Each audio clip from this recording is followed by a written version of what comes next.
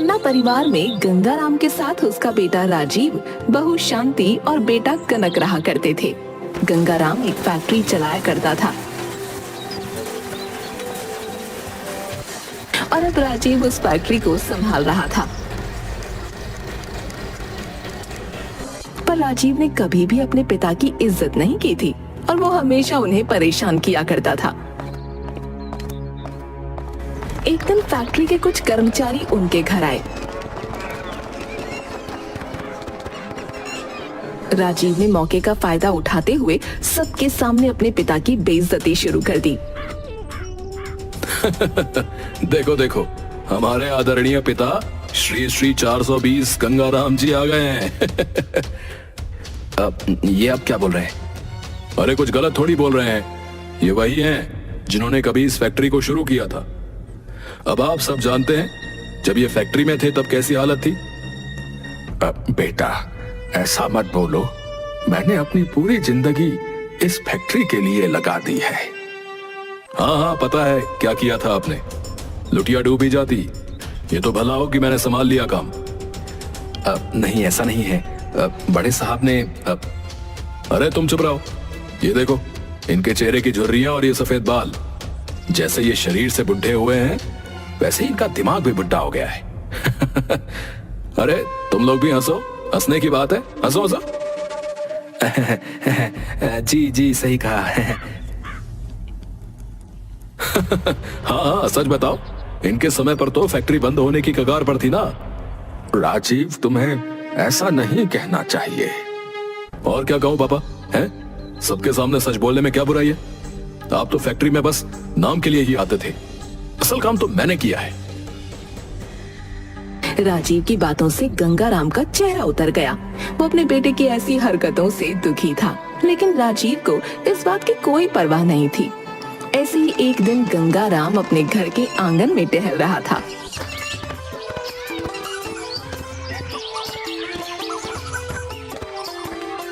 अचानक उसका पैर फिसला और वो जमीन पर गिर पड़ा। उसने दर्द से कराहते हुए अपने बेटे राजीव की ओर मदद की आस में देखा। राजीव बेटा, मुझे उठाओ।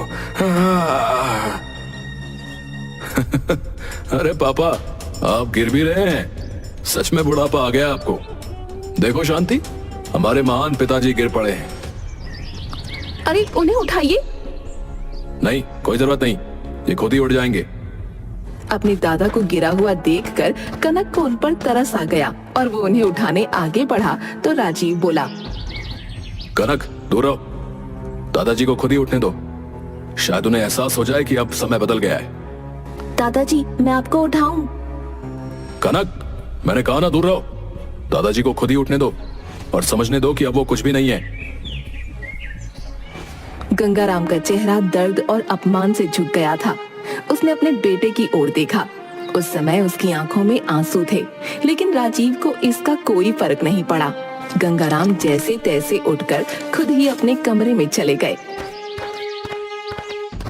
रात में गंगाराम ने राजीव से कहा,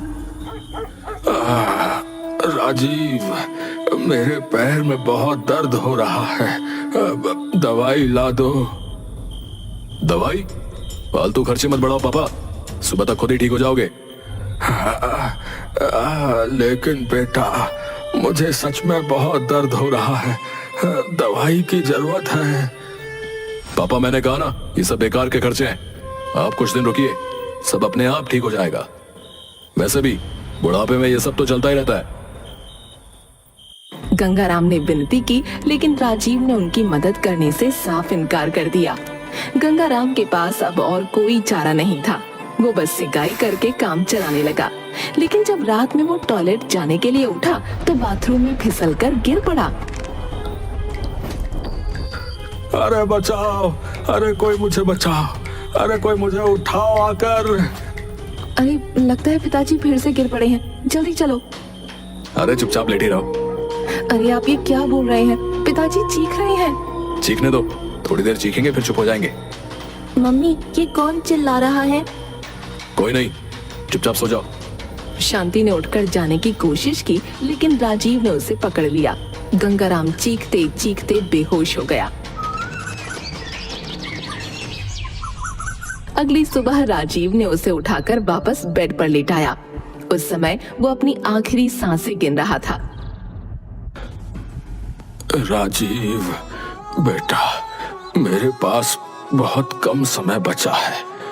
तुमने मेरे साथ जो किया उसका फल तुम्हें जरूर मिलेगा। याद रखना, ईश्वर सब देखता है। पापा, अब इन बातों का कोई फायदा नहीं, आप आराम करो। बेटा, अपने कर्मों का फल हमेशा मिलता है। जैसी करनी वैसी भरनी।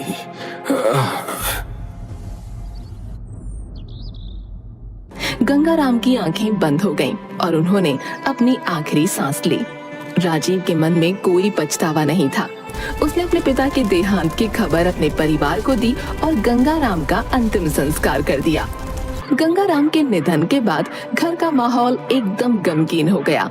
खासकर कनक अपने दादाजी के बहुत करीब था और उनके निधन से वो बुरी तरह टूट गया। वो दिन रात रोता रहता। दादाजी, आप क्यों चले गए? आपसे बहुत सारी बातें करनी थी। कनक, ये क्या नाटक लगा रखा है? अब तुम्हारे दादाजी नहीं रहे, ये मान लो, और रोना धोना बंद करो। पापा, मुझे दादाजी की बहुत याद आ रही है। मुझे तुम्हारे आंसू नहीं चाहिए। दादाजी अब नहीं रहे, ये सच्चाई है। चलो उठो, पढ़ाई करो।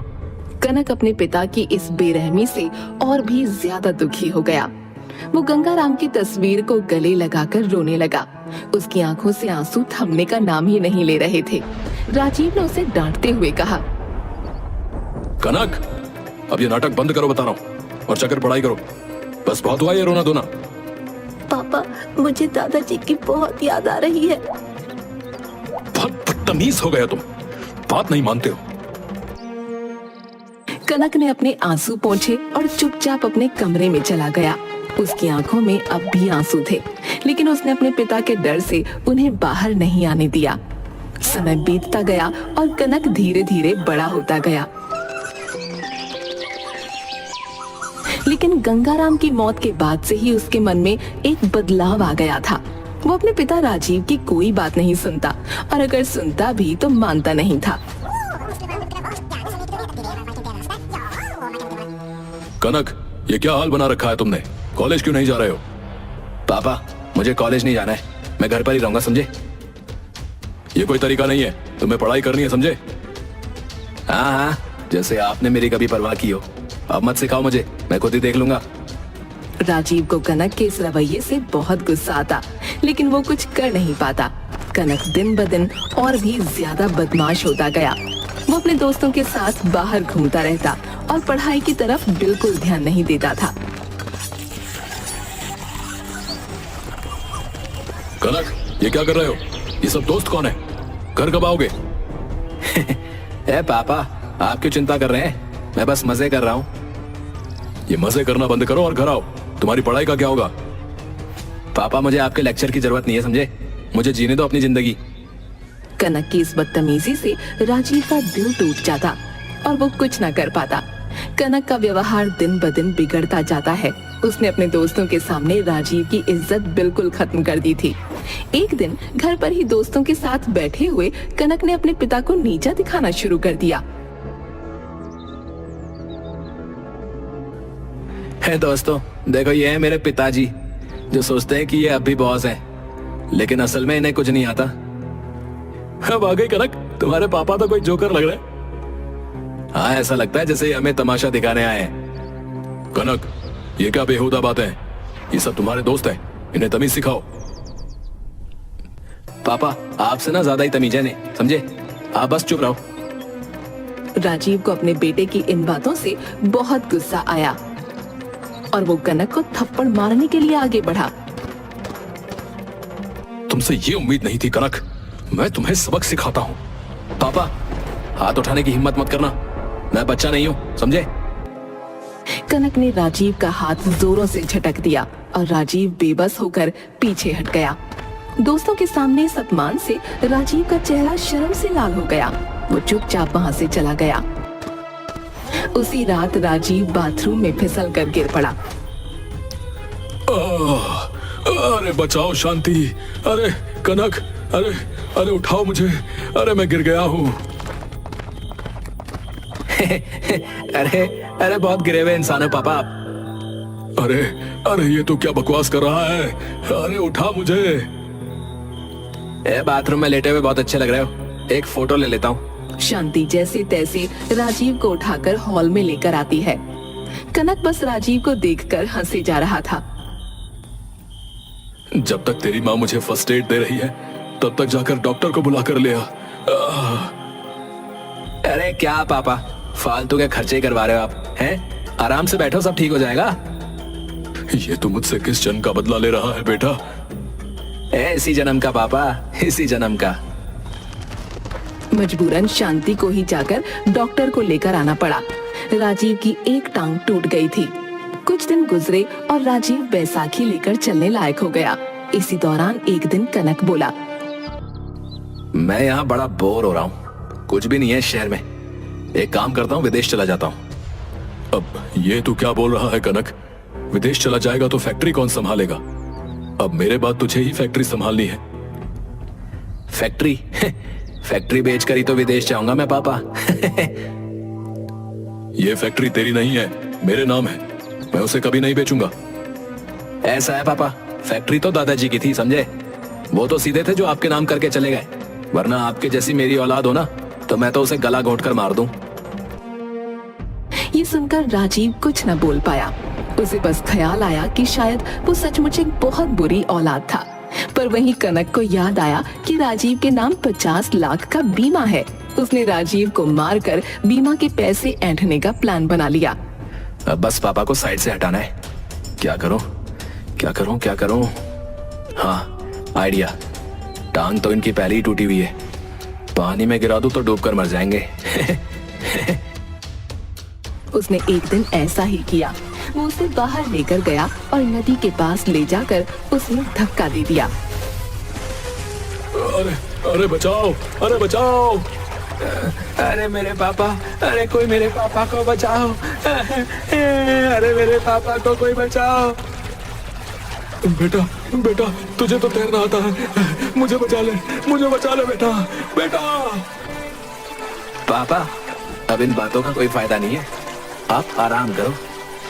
यही अल्फाज राजीव ने गंगाराम से कहे थे और अब कनक के मुंह से ये सुनकर उसे एहसास हुआ कि उसे अपने किए की ही सजा मिल रही है। जैसी करनी वैसी भरनी। राजीव छटपटाता हुआ डूब कर मर गया। कनक इंश्योरेंस का पैसा निकलवाना चाह रहा था, लेकिन उसकी माँ ने सही का साथ दिया और पुलिस के सामने सब सच बताकर कनक को जेल करवा दी। कनक की मां दुखी थी, लेकिन वो जानती थी कि सब कुछ राजीव का ही बोया हुआ था, जो उसे भोगना पड़ा।